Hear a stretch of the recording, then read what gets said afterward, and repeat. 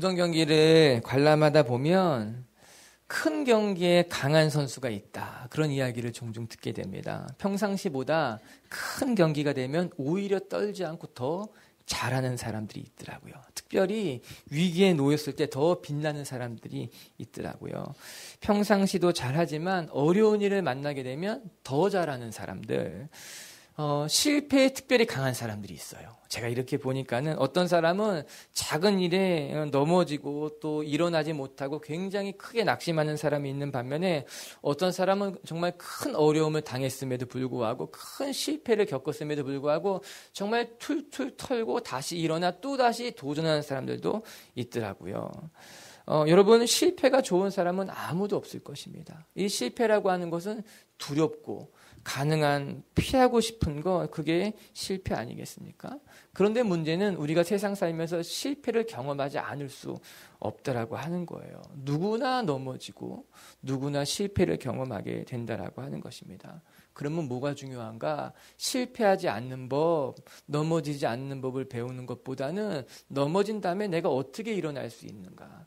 내가 상처를 안 받기보다는 상처를 받았다면 어떻게 상처를 극복할 수 있는가? 그거 배우는 것이 더 중요하다라고 하는 거예요. 여러분, 위기에 강한 사람들은요, 실패를 만나도 대부분 잘 극복하더라고요. 실패 때문에 큰 슬럼프에 빠지는 사람들도 있지만 어떤 사람은 그 실패를 디딤돌 삼아가지고 더 높이 점프하는 사람도 있더라고요. 물론 또 어떤 사람들은 그 작은 실패 때문에 아주 크게 낙심하게 되죠. 상처를 오래 가지고 가는 사람들도 있어요. 상처를 묵상하기도 하고 그것 때문에 다른 사람들을 미워하기도 하고. 그런 면에서 본다면 전 우리 빛의 교회 성도들이 실패하지 않는 사람들이 아니라 실패를 잘 다스릴 수 있는 사람들이 되기를 바라요. 한 번도 실패하지 않는 사람이 아니라 실패를 경험할 수 있었으면 좋겠어요. 실패만 경험하는 것이 아니라 실패를 딛고 일어나는 사람. 제가 셀 리더들에게 당부하는 말들이 있는데 전부터 세 가지를 경험해 봐야 된다라고 하는 거예요. 첫 번째는 셀이 잘 되는 거 경험해 봐야 됩니다. 셀이 정말 내가 셀 리더로서 자기 셀이 정말 부흥하는 거를 경험해야 돼요. 두 번째는요, 셀원 중에 정말 속삭이는 사람들을 만나야 돼요. 미치도록 속삭이는 사람. 아무리 해도 정말 말 안 듣는 사람을 경험해 봐야 돼요. 그리고 두 번째는요, 그 사람을 위해 눈물 흘리고 기도했는데 안 돌아오는 것을 경험해야 돼요. 이 세 가지를 경험해 봐야 돼요. 속썩이는 사람, 속썩이고 그렇게 정말 눈물로 기도했는데도 돌아오지 않는 사람, 그리고 셀이 부흥을 경험해 보는 거. 이 세 가지가 그래도 너무너무 중요하다라고 하는 것입니다. 이스라엘의 광야 40년은요, 그들이 실패를 경험하는 시간이어서 끊임없이 넘어지고 또 좌절하고 하나님 앞에 범죄하는 시간들이었다라고 하는 거예요. 여러분, 우리가 요즘 민수기 묵상하고 있지 않습니까? 여러분, 설교 제목을 쭉 돌아보면 기억할 수 있을 건데, 민수기 우리가 계속 묵상한 11장부터 15장까지는요, 이스라엘의 끊임없는 실패를 기록해 놓고 있는 거예요. 민수기 11장에는요, 그들이 만나 매출하기가 없어서 먹을 것 마실 것이 없어서 하나님 앞에 불평하며 원망하는 사건이 민수기 11장에 기록되어져 있어요. 12장에는요, 아론과 미리암이 하나님의 권위 앞에 반란을 일으키는 겁니다. 그 실패죠. 13장에는 무슨 이야기가 나옵니까? 정탐했다가 정탐이 실패로 돌아가게 됩니다. 14장에는 무슨 사건이 나오는가? 정탐에서 그들이 실패했음에도 불구하고 우리 한번 해보자라고 트라이합니다.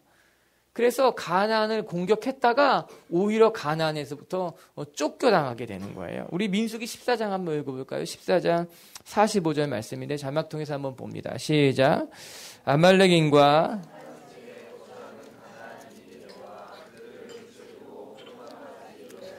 가나안을 공격했는데 이스라엘이 오히려 대패를 하고 호르마까지 쫓겨간 사건이 이 민수기 14장에 기록되어 있는 거예요. 너무나 안타깝죠. 왜요? 그 땅은 하나님이 약속한 땅이에요.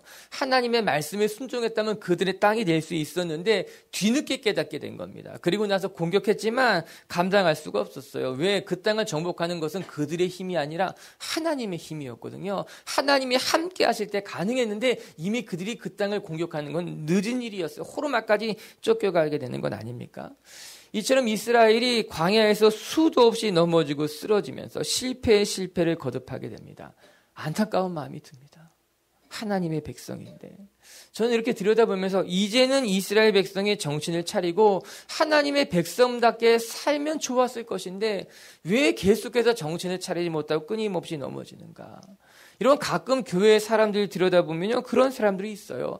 아니, 저 사람이 이제 하나님 앞에 돌아올 때도 됐는데, 아니, 저렇게 넘어지고 쓰러지면 이제 하나님의 마음을 알 때도 되는데 여전히 방황하더라고요. 아, 이제 이만하면 깨닫고 하나님 앞에 돌아올 것만 같은데도 자기의 고집을 못 버리고 여전히 그 실패의 자리에, 여전히 방황의 자리에서 그렇게 헤매는 모습을 보면 마음이 너무너무 속상한 겁니다. 우리 미치교회 성도 여러분, 전 저와 여러분이 고집을 버리고 실패의 자리에서 다시 일어나 하나님 품 안으로 나올 수 있게 되길 주의 이름으로 축복합니다. 여러분, 우리가 오늘 읽은 민수기 15장은요, 민수기의 분수령과 같은 장이에요. 큰 변화가 일어나게 됩니다. 이스라엘이 계속해서 방황하고 쓰러지고 넘어지고 실패하게 되자 하나님이 이스라엘 백성에게 매우 특별한 방법을 알려주시는 거예요. 아, 이대로 두면 안 되겠다. 이대로 두면 이스라엘이 계속해서 넘어지고 실패할 수밖에 없다. 여러분, 비법이라는 게 있지 않습니까? 이 고수들에게는 고수 나름대로의 비법이 있는 거예요. 요리를 잘하는 사람은요, 자기만 갖고 있는 레시피가 있더라고요. 절대로 안 가르쳐주는. 제가 탁구 선수한테 배운 기술이 하나가 있습니다. 양용자 선수라고요. 1988년도 금메달 딴 여자 선수인데 지금은 선교사님이 됐어요. 그래서 두 번째 인생을 살고 계신데 이제 그분하고 이제 탁구를 이렇게 같이 치고 배우고 있었는데 제가 백핸드를 치면 자꾸 공이 위로 뜨는 거예요. 억이 계속 뜨는 거예요. 근데 이제 선교사님이 이제 코트로 건너와서 저한테 엄지손가락 한번 보자는 거예요. 어떻게 채를 젓는가. 이렇게 보더니, 아, 목사님, 이것 때문에 그런 거다 하면서 엄지손가락 자세를 하나 바꿔주더라고요. 저는 엄지손가락은 그냥 라켓을 붙잡아서 라켓이 흘러내려가지 않는 데 쓰이는 건 줄 알았거든요. 근데 그게 아니더라고요. 엄지손가락 자세 하나만 바꿨는데요. 너무나 놀랍게도 공이 뜨지 않고 원하는 곳으로 잘 이렇게 바운드가 되더라고요. 아, 그러면서 생각하게 된 거예요. 아, 고수들은 이 비법이 있구나. 정말 좋은 선생님을 만나 좋은 가르침을 받는 게 우리 인생에 너무너무 중요한 거구나 다시 생각하게 됐어요. 오늘 말씀을 들어가다 보면요, 광야에서 계속해서 실패를 거듭하는 이스라엘 백성에게 하나님이 정말 중요한 것을 한 가지 알려주시고 있는 장면이에요. 너희가 어떻게 이 실패를 딛고 일어설 수 있는지, 너희가 어떻게 하면 다시는 실패하지 않고 하나님의 백성답게 살아갈 수 있는지, 오늘 저와 여러분이 그 비법을 배울 수 있게 되기를 바랍니다. 그래서 우리 인생에 하나님의 백성답게 우리 삶에서 때로는 넘어지기도 하고 실패하기도 하지만 다시 그 자리에서 일어날 수 있게 되기를 바라요. 여러분, 오늘 말씀해 보니까 하나님이 가르쳐 주신 첫 번째는 무엇인가 하면 여호와의 모든 말씀을 기억하는 것이 필요하다. 그 이야기를 해주십니다.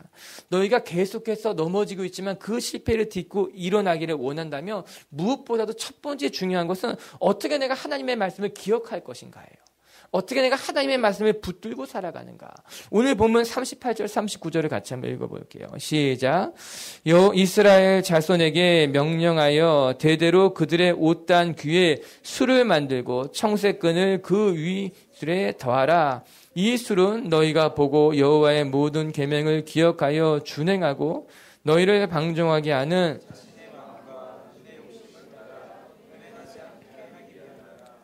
하나님께서 뜬금없는 명령을 하시는 거였습니다. 계속해서 넘어지는 그들에게 그들을 다 불러 모으더니 너희들 옷단에 술을 만들라라고 하는 거예요. 그리고 술 끝에 청색끈을 더 매달라라고 하는 거예요. 한마디로 말하면 너희 옷에 술을 길게 치렁치렁 매달아서 그것을 볼 때마다 하나님의 말씀, 하나님의 계명을 기억하도록 하나님이 말씀하고 계시는 것 아니겠습니까? 너희가 광야에서 실패하는 데는 이유가 있다는 거예요. 그 실패의 자리에서 일어나지 못하고 또 그 실패가 반복되는 데는 이유가 있다라고 하는 것이에요. 그리고 너희가 다시 일어나길 원한다면은 이 말씀을 기억할 필요가 있다라고 하는 것입니다.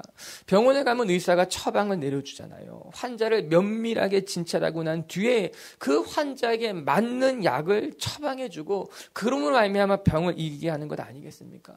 저도 얼마 전에 병원에 갔다가 의사 선생님이 약을 주셨는데 이제 좀 제 임의대로 그 약을 좀 끊었어요. 이렇게 이제 감기가 걸려가지고.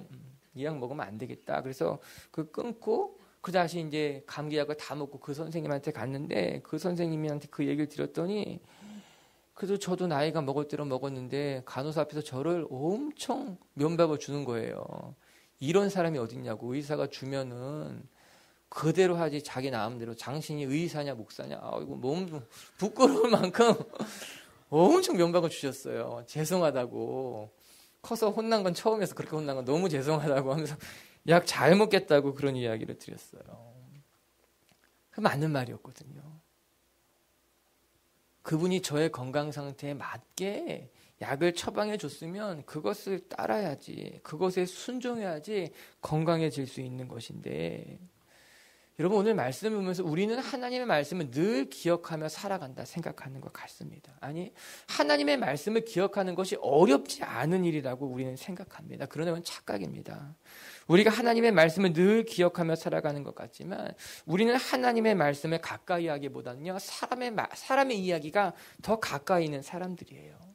우리는요 하나님의 말씀에 이끌려 살아가는 사람들이라기보다는 세상의 가치관에 더 큰 영향을 받으며 살아가는 것이 우리들의 연약한 모습 아닙니까?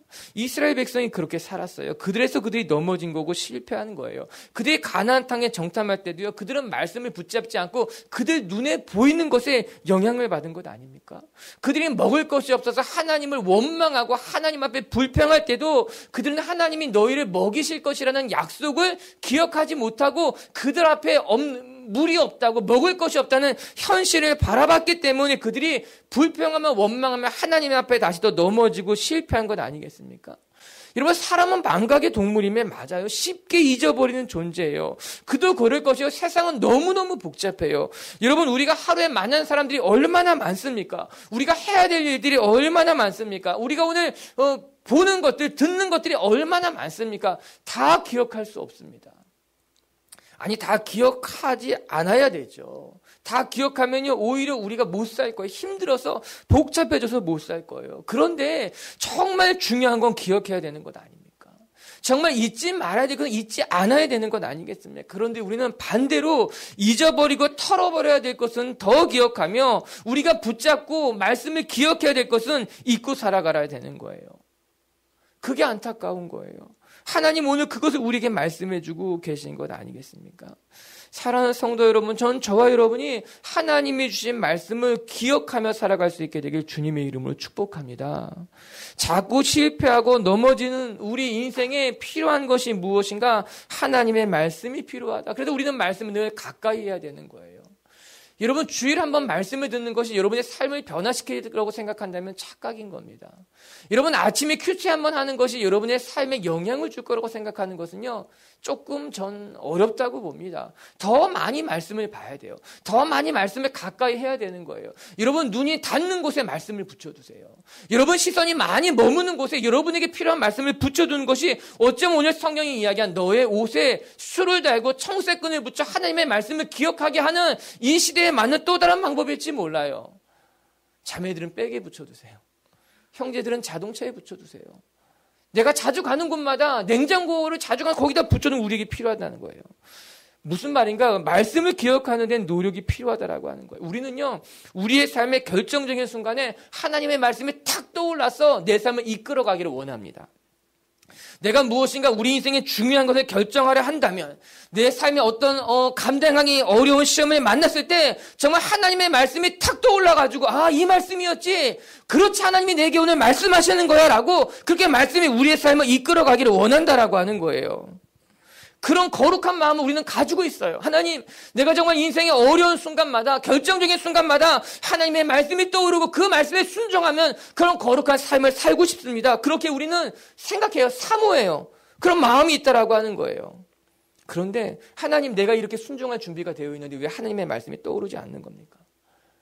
내가 정말 인생의 결정적인 순간에 하나님을 선택하려고 하나님이 말씀을 딱 주시면 내가 하나님의 그 말씀을 딱 붙잡아서 하나님 말씀대로 살려고 전 그런 사람인데요. 그렇게 거룩한 사람이고 그렇게 준비된 사람인데 왜 결정적인 순간에 하나님의 말씀이 떠오르지 않는 것일까? 왜 결정적인 순간에 하나님 나에게 말씀하지 않는 것일까? 여러분, 이런 사람은 정말 거룩하며 순결한 사람일지 모르지만 너무나 어리석은 사람이에요. 너무나 순결한 사람일지 모르지만요, 너무나 어리석은 사람이라고 하는 거예요. 말씀이 저절로 우리 삶에 떠오르는 일은 거의 없습니다. 거의 없습니다. 내가 그 말씀을 암송하지 않는 한, 내가 그 말씀을 지속적으로 묵상하지 않는 한 우리의 삶에 말씀이 떠올라서 말씀이 우리 삶을 이끌어나는 일은요, 잘 일어나지 않는다라고 하는 거예요. 물론 절대로 일어나지 않는다고 말하면 안 되겠죠. 왜 하나님이 특별히 말씀하실 때도 있지만 그런데 그런 일은요, 거의 우리 인생의 0.01%? 1년을 산다면 아니 10년 살아도 한 번 정도밖에 안 일어나는 일이에요. 저도 몇 번 없어요. 아니 저 몇 번이나 있나? 별로 없어요. 분명한 것은요, 말씀이 우리 삶을 이끌어가길 원한다면, 정말 내 삶의 결정적인 순간에 말씀이 나에게 부딪혀오기를 원한다면 우리는 끊임없이 그 말씀을 붙들고 살아가는 것이 필요한 거예요. 우리 내면에 말씀이 잠겨있지 않으면 결정적인 순간에 그 말씀이 떠오르지 않는다라고 하는 겁니다. 우리 속에 말씀이 차여있지 않으면 결정적인 순간에 그 말씀이 우리를 이끌어갈 수 없다라고 하는 거죠. 여러분, 오늘 이 말씀은 너무 뜬금없는 말씀이에요. 아니 왜 민수기를 11장부터 16장 17장까지 묵상하고 있는데 아니 왜 옷단 귀에 술을 달라는 말씀이 뜬금없이 이 가운데 붙어있는 것일까? 처음에 이해할 수 없었어요. 이 말씀을 건너뛰어야겠다. 그냥 16장으로 설교를 해야겠다 생각했던 거죠. 근데 말씀을 읽어보니까 너무나 중요한 순간인 거죠. 민수기에 있어서 너무나 중요한 순간이었던 겁니다. 이스라엘이 끊임없이 넘어지고 실패를 거듭 반복하게 되자 하나님이 그들에게 처방을 내리신 거예요. 너희 삶에 중요한 것이 무엇인가? 자꾸 넘어진다면, 자꾸 쓰러진다면 말씀이 없는 거야. 내가 말씀을 쌓지 못했기 때문에, 말씀이 내 안에 없기 때문에 내가 넘어지고 있는 거야. 목사님, 저는 너무 자꾸 넘어집니다. 제 삶은 실패의 연쇄, 단 한 번도 성공을 경험해보지 못했습니다. 늘 넘어지고요, 늘 상처받고요, 늘 어려운 일만 만납니다. 왜 그런 걸까요? 왜 저는 이 실패 속에 살아야만 될까? 왜 저는 못 일어나는 겁니까? 왜 저는 맨날 슬럼프입니까? 대단한 이유가 있지 않아요. 슬럼프 살 수밖에 없어요, 그 사람은. 들여다보면요. 그 사람은 그냥 그렇게 슬럼프에 빠져 있을 수밖에 없는 인생이에요. 왜요? 그 안에 말씀이 없는데. 말씀대로 살기를 원했을지 모르지만 그 안에 말씀이 잠겨있지 않기 때문에, 말씀이 채워있지 않기 때문에 그 사람은 계속해서 슬럼프를 겪을 수밖에 없어요. 마치 이스라엘 백성이 하나님이 그들을 출애굽시켰을지 모르지만 끊임없이 광야에서 넘어질 수밖에 없었던 것은 그 안에 말씀이 없었기 때문인 거죠.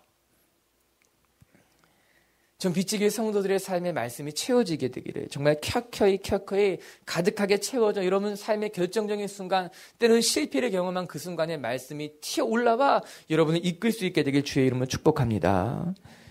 두 번째 필요한 것이 무엇인가? 39절을 다시 한번 읽어볼게요. 39절입니다. 시작. 이 술은 너희가 보고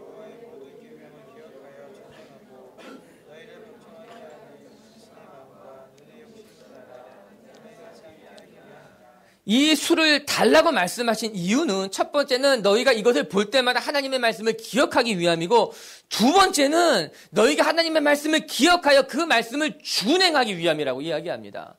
두 번째, 실패를 거듭하는 이스라엘 백성에게 하나님이 내려준 처방은 하나님의 말씀을 아는 것만큼 붙들고 살아가라라고 하는 거예요. 하나님이 너에게 말씀하신 것만큼 내가 들었다면 그만큼을 순종하며 행하는 것이 필요하다라고 하는 거예요. 만나를 경험했으면 더 이상 먹을 것 때문에 불평하지 말라라고 하는 거예요. 아론과 미리암이 모세에게 대적해서 하나님이 그를 치셨던 것을 너희 모두가 보았다면 두 번 다시는 대적하지 말라라고 하는 거예요. 내가 아는 말씀이 있다면 그 말씀만큼은 살라라고 하는 거예요. 여러분은 아는 말씀이 많습니까? 행하는 게 많습니까? 아는 말씀보다 행하는 게 많으면요, 가분수 갖게 되겠죠. 반면에 아는 말씀은 많지만 전혀 행하지 않는다면 그런 삶은 또 어떤 삶이겠습니까? 아는 만큼은 행해야 되는 거예요. 오늘 이 사건이 일어나기 전에 결정적인 사건이 하나 생깁니다. 무엇인가 하면 안식일 날 나무를 하는 사람이 발각이 됩니다. 그리고 나무하는 그 사람을 모세에게 붙잡아 갔더니 모세가 아주 엄중하게 처벌하게 됩니다. 15장 32절, 오늘 본문 바로 윗절이에요. 32절에 같이 한번 읽어볼까요? 자막에 있습니다. 같이 볼게요. 시작.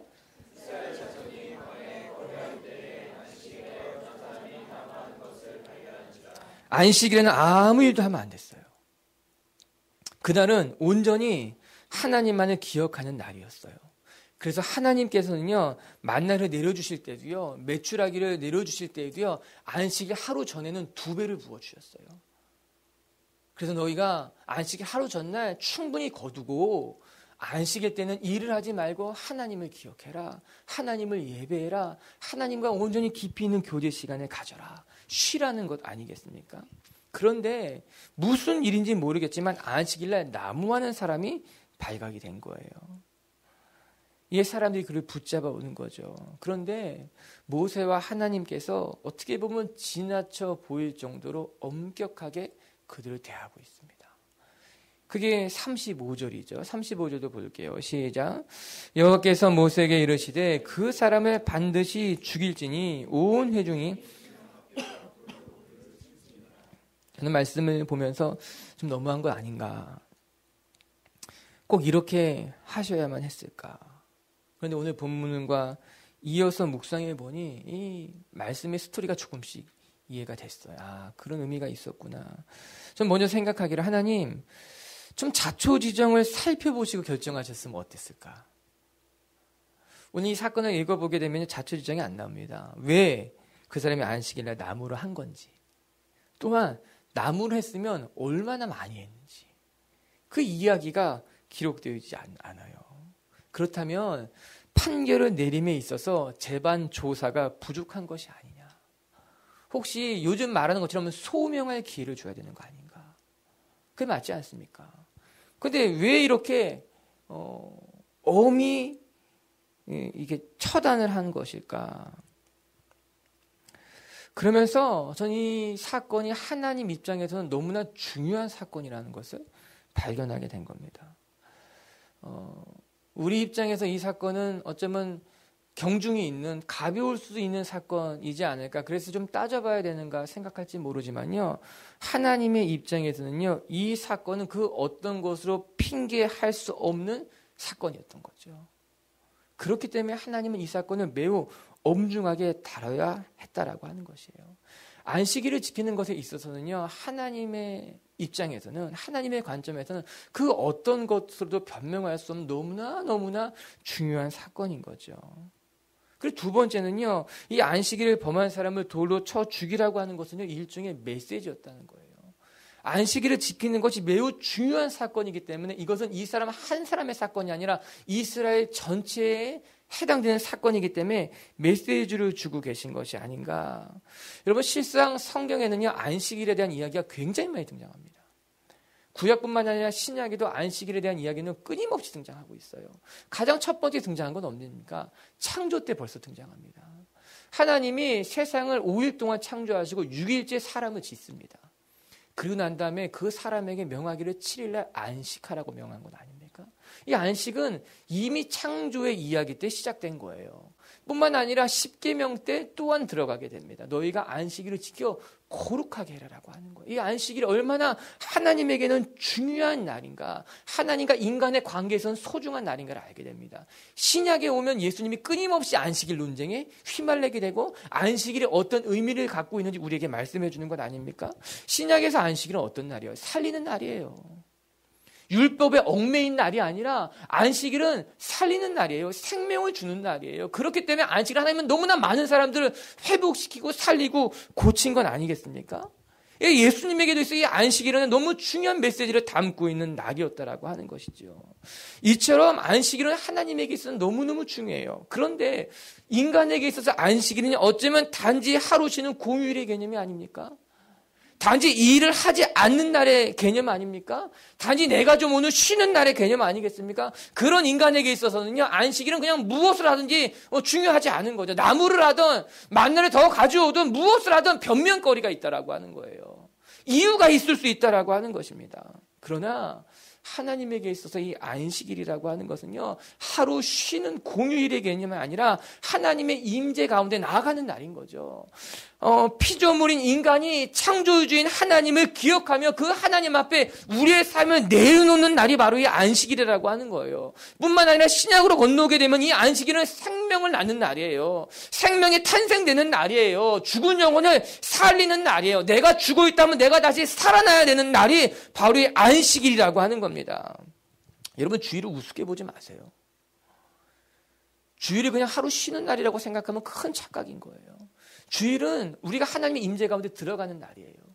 주일은 한 주간이 시작되는 날이고요. 한 주간에 한 복판에 있어야 되는 날이고요. 우리의 삶은 이 주일날 하나님으로부터 공급받는 하나님의 것들로 채워져야 되는 날이고요. 우리는 이 날을 통해서 새롭게 생명을 얻는 날이에요. 특별히 광야를 지나면서 그들에게 안식일은 너무나 중요했죠. 그 광야 가운데 하나님을 기억해야 되며 하나님 말씀 속에 다시 태어나야 되는 날이었던 겁니다. 사실 이스라엘의 실패는 이어지고 있는 가운데 그 이유는 단 한 가지였어요. 그들이 하나님의 백성으로 날마다 거듭 태어나고 있지 못하다는 겁니다. 이에 하나님께서 그들을 불러내어 이러면 안 되겠다. 그래서 오늘 말씀을 허락하신 거예요. 끊임없이 넘어지고 하나님의 백성으로서 끊임없이 좌절하는 그들에게 너희들이 하나님의 말씀대로 살아가는 것, 하나님의 말씀을 준행하며 살아가는 것이 얼마나 중요한지 알아야 된다. 40절에 한번 볼까요? 40절이에요. 시작. 기억하고 행하면 너희의 하나님 앞에 거룩하리라. 너희가 내 계명을 기억하고 행하면 비로소 거룩해진다라고 하는 겁니다. 요한계시록 1장 3절에 이런 말씀이 있죠. 제가 읽어드릴게요. 이 예언의 말씀을 읽는 자와 듣는 자와 그 가운데 기록한 것을 지키는 자가 복이 있나니 때가 가까움이라. 하나님의 말씀을 읽는 것, 하나님의 말씀을 듣는 것만 중요한 것이 아니라 하나님의 말씀을 들었다면, 하나님의 말씀을 내가 붙잡았다면 그 말씀을 지켜 행하는 자가 복이 있고 그런 자에게 하나님의 영광이 함께한다라고 하는 것입니다. 오늘 여러분 하나님의 말씀을 들었다면 그 말씀에 반응할 수 있는 살아있는 존재들이 되길 주님의 이름으로 축복합니다. 그럴 때 우리의 삶에 하나님의 능력이 나타나는 거예요. 우리가 실패하지 않아요. 실패해도 다시 일어날 수 있다라고 하는 것입니다. 할렐루야. 한 가지가 더 있습니다.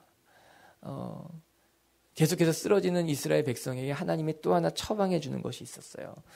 옷 끝에 술을 다느라 말씀하신 데는 또 하나의 의미가 있다라고 하는 겁니다.